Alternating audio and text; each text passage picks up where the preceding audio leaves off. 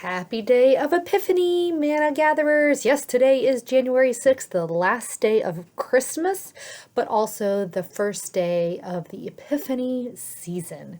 Epiphany means appearance or manifestation or revelation or insight, and it is the day in the church calendar that we celebrate the appearance of God in the Christ child to the Magi or the wise men, or as we learned together, the astrologers.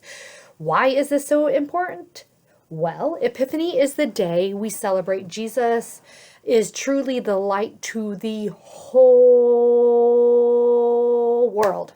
And because this is significant because the Magi coming from the east, as we are told in Matthew 2, is to communicate to us or to tell us that these Magi, these astrologers, these wise men were outsiders. They were not of the Jewish faith. They were the first, you can say, the Gentiles, the first Gentiles to whom God revealed God's self through Jesus Christ.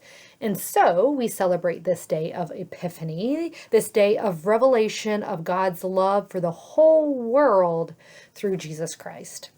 That promise, these promises, such as we read in Isaiah 43, are truly for everyone.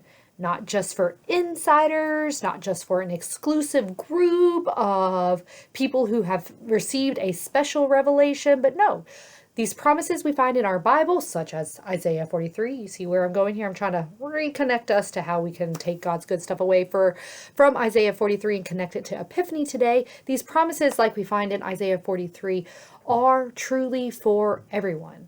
Everyone like the Magi's, the outsiders who come to meet Jesus. So let's hear God's good stuff today from us in Isaiah 43, verses 1 and 2. But now thus says the Lord, He who created you, O Jacob, He who formed you, O Israel, do not fear, for I have redeemed you. I have called you by name, and you are mine. When you pass through waters, I will be with you. And through rivers, they shall not overwhelm you. When you walk through fire, you shall not be burned, and the flame shall not overcome you. So, for some who don't really have a relationship with God, or for those who might have had a toxic relationship with a Christian or the church, because that does happen, toxicity happens. Some nominal Christians, that is by Christian by name, only give the rest of us Christians who try to put our faith into action as Jesus did. Sometimes there are those who aren't living so close to Jesus. That's a judgment call, I guess, on my part. But I think you know what I'm talking about. They give other Christians a bad name. For some, so therefore, these words in Isaiah 43, these words from God to us, to all people, truly might be an epiphany or a revelation or a deeper insight into the nature of God, a God who redeems, a God who saves, a God who loves, a God who is near, a God who knows our name, a God who has called each of us God's beloved child. What a God. That is the God we truly worship. And that is the God the world needs.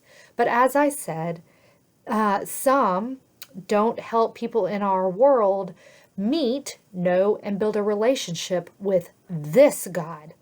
I said yesterday that the Israelites had to be told again and again and again of the good promises from our good God that only mean good for all people. But the Israelites seem to have a cyclical kind of relationship with God, singing hymns of praise to God one moment. Take a look at Isaiah 42, the beginning of Isaiah 42, and then falling away from God in the very next moment. Take a look at the end of Isaiah 42. We, if we're honest, can be like this too, can we not? On the ins and the outs with God. Fear, fire, and flood may draw us to God, but sometimes the moment we feel like we are on safe and solid ground, we have no need of God anymore. So slowly we start to fade away and let our relationship with God suffer because of that. God doesn't move, of course. We do all the moving away from God. God is steadfast, and God continues to run after us, as we see God does in Isaiah 42 and then the opening verses of Isaiah 43, reminding us of who God is.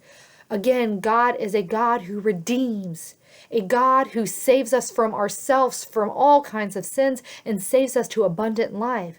A God who is truly love incarnate, a God who is near and close, a God who knows our name, a God who has called each person a beloved child of God.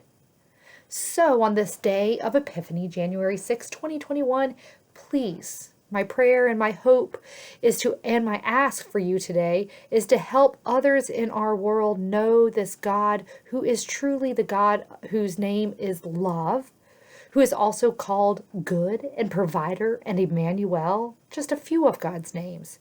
This is truly good stuff, not only for us who might be tuning in to Morning Manna or who go to church or Sunday school, but this is good news from our good God for the whole world, who sees good everywhere. I will see you tomorrow on January 7th of this new year.